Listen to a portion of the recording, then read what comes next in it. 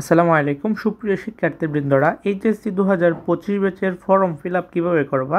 যারা গত বছর এইচএসসি 24 ব্যাচে এক বা দুই বিষয়ে ফেল করেছিলাম, সো তাদেরকে নিয়ে একটু কথা বলবো। সো যারা এই ধরনের সিচুয়েশনে আছো, অনুরোধ থাকবে ভিডিওটি না টেনে পুরোটা দেখার জন্য, কারণ এইচএসসি 2025-এর যে ফর্ম পূরণের বিজ্ঞপ্তি দিয়েছে, ওই বিজ্ঞপ্তিতেই তোমাদের সম্পর্কে একদম ক্লিয়ার কাট বলে দেওয়া হয়েছে। সো এখানে দেখো তারা কি বলছে, এক বা দুই বিষয়ে পরীক্ষায় অংশগ্রহণ সংক্রান্ত যে সকল পরীক্ষার্থী 23-24 সালের এইচএসসি পরীক্ষায় এক বা একাধিকবার অংশগ্রহণ করে এক বা দুই বিষয়ে, চতুর্থ বিষয় বাদে, কারণ চতুর্থ বিষয় যদি তুমি ফেল করা হয়, মানে যদি ফেল করো আর কি, তাইলে তারা ফেল ধরবে না, এখানে ফেল করার সমস্যা নেই। সুতরাং এই জন্য চতুর্থ বিষয় বাদে যদি তুমি এক বা দুই বিষয়ে ফেল করে থাকো, অনুপস্থিত বা অকৃতকার্য হয়ে থাকো, রেজিস্ট্রেশনের মেয়াদ থাকলে তারা 2025 সালে অনুষ্ঠিতব্য এইচএসসি পরীক্ষায় অবশিষ্ট অকৃতকার্য অনুপস্থিত বিষয় বা বিষয়সমূহের পরীক্ষায় অংশগ্রহণ করতে পারবে। অর্থাৎ তুমি যদি এইচএসসি 24 ব্যাচের সাথে পরীক্ষা দিয়ে থাকো, মানে এইচএসসি 24 ব্যাচ হয়ে থাকো, সেক্ষেত্রে তোমার যদি এক বা দুই সাবজেক্টে ফেল আসে, সেই এক দুই সাবজেক্টে তুমি আবার পরীক্ষা দিতে পারবা যদি তোমার রেজিস্ট্রেশনের মেয়াদ থাকে। সাধারণত 23-24 শিক্ষাবর্ষে যারা রয়েছে তাদের মেয়াদ থাকবেই।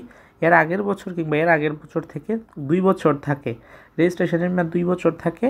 অর্থাৎ এইচএসসি 22 ব্যাচ যারা রয়েছে তাদের থাকবে না, 23 ব্যাচেরও রেজিস্ট্রেশন মেয়াদ থাকবে, আবার 24 ব্যাচেরও থাকবে।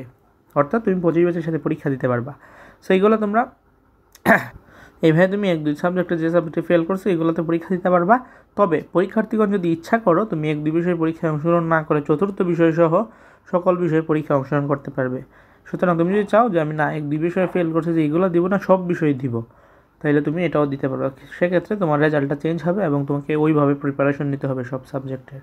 2024 সালের এইচএসসি পরীক্ষায় এক বিষয়ে অকৃতকার্য বা অনুপস্থিত প্রাইভেট শিক্ষার্থীগণ 25 সালের এক বিষয়ের পরীক্ষায় অংশগ্রহণ করতে পারবে। তবে তাদেরকে অনুচ্ছেদ 6 মোতাবেক তারিখের মধ্যে 250 মানে 250 টাকা হারে রেজিস্ট্রেশন নবায়ন ফি বোর্ডে জমা দিয়ে উচ্চ মাধ্যমিক শিক্ষা পরিশাখা থেকে রেজিস্ট্রেশন নবায়ন করতে হবে। 3, যে সকল পরীক্ষার্থীরা, অর্থাৎ এখানে বলছে তুমি যদি এক সাবজেক্টে ফেল করে থাকো, সেক্ষেত্রে তুমি রেজিস্ট্রেশনটা নবায়ন করবে 250 টাকা দিয়ে, এবং সেটা জমা দিলেই তুমি পরীক্ষা দিতে পারবা। 3 নম্বরে বলা হয়েছে যে সকল পরীক্ষার্থীগণ 23-24 সালের এইচএসসি পরীক্ষায় এক বা দুই বিষয়ে অকৃতকার্য অনুপস্থিত হয়, এটা সেম আগের কথাই। মানে তুমি যদি বহিষ্কার হও, সেক্ষেত্রে তোমাকে যোগাযোগ করে পরীক্ষা বাতিল হচ্ছে যে মেয়াদ থাকলে তোমরা পরীক্ষা দিতে পারবা, সেম কথাই। এখন আরেকটা কথা বলি, এখানে হচ্ছে তোমাদের যে বলছে যে এইখানে দেখো রেজিস্ট্রেশন ও সেশন সংক্রান্ত, তুমি 20-21 সেশন, অর্থাৎ এইচএসসি 22 ব্যাচ, কিন্তু যারা 20-21 সেশন তারা কত ব্যাচ? HSC 22 batch. রেজিস্ট্রেশনধারী কোনো পরীক্ষার্থী 25 সালের এইচএসসি পরীক্ষায় অংশগ্রহণ করতে পারবে না। কেন পারবে না? তবে 19-20 সেশনের এক বিষয়ে অকৃতকার্যকর পরীক্ষার্থী রেজিস্ট্রেশন নবায়ন করে এক বিষয়ের চতুর্থ বিষয় বাদে পরীক্ষা অংশগ্রহণ করতে পারবে। অর্থাৎ এইচএসসি 22 ব্যাচের যারা রয়েছে তারা পরীক্ষা অংশগ্রহণ করতে পারবে না। তবে এইচএসসি 21 ব্যাচের শিক্ষার্থীরা অংশগ্রহণ করতে পারবে যে বিষয়ে তুমি ফেল করেছো, শুধুমাত্র সেই বিষয়ে, সেটা অবশ্যই চতুর্থ সাবজেক্ট বা অপশনাল সাবজেক্ট বাদে, কারণ অপশনাল সাবজেক্টে ফেল করলে কিছু আসে যায় না, তোমাকে পাস দিবে তারা। পরীক্ষার্থী রেজিস্ট্রেশন নাম্বার বিষয় সম্পর্কে নিশ্চিত হয়ে যথাযথ ব্যবস্থা গ্রহণের জন্য সকল অধ্যক্ষকে বিশেষভাবে অনুরোধ করা হলো। এটা তোমাদের কলেজের টিচারই দেখবেন। আর আরেকটা বিষয় বলতে চাচ্ছি, সেটা হচ্ছে জিপিএ উন্নয়ন পরীক্ষা। তুমি কিন্তু জিপিএ উন্নয়ন পরীক্ষা চাইলে দিতে পারবা। ধরো তোমার রেজাল্ট 4.75 আসছে, তুমি ইচ্ছা করেছিলাম A+ পেতে, কিন্তু A+ পাও নাই, সেক্ষেত্রে তুমি আবার সমস্ত সাবজেক্টে পরীক্ষা দিয়ে A+ তোমাকে পেতে হবে। এখানে কিন্তু আবার পাশের বিষয়টা যেহেতু নাই, সুতরাং তোমাকে একটা সাবজেক্টে তোমার A+ মিস হয়েছে, শুধু ওই একটাই যে দিব বিষয়টা এরকম না, তোমাকে সব সাবজেক্টে পরীক্ষা দিয়ে A+ পেতে হবে। মানে জিপিএ উন্নয়ন পরীক্ষাটা এইভাবেই হয়।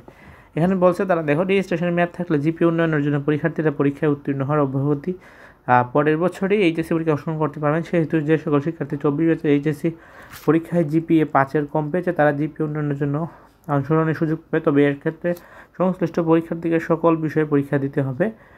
জিপিএ উন্নয়নের ক্ষেত্রে রেজিস্ট্রেশন নবায়ন করা যাবে না।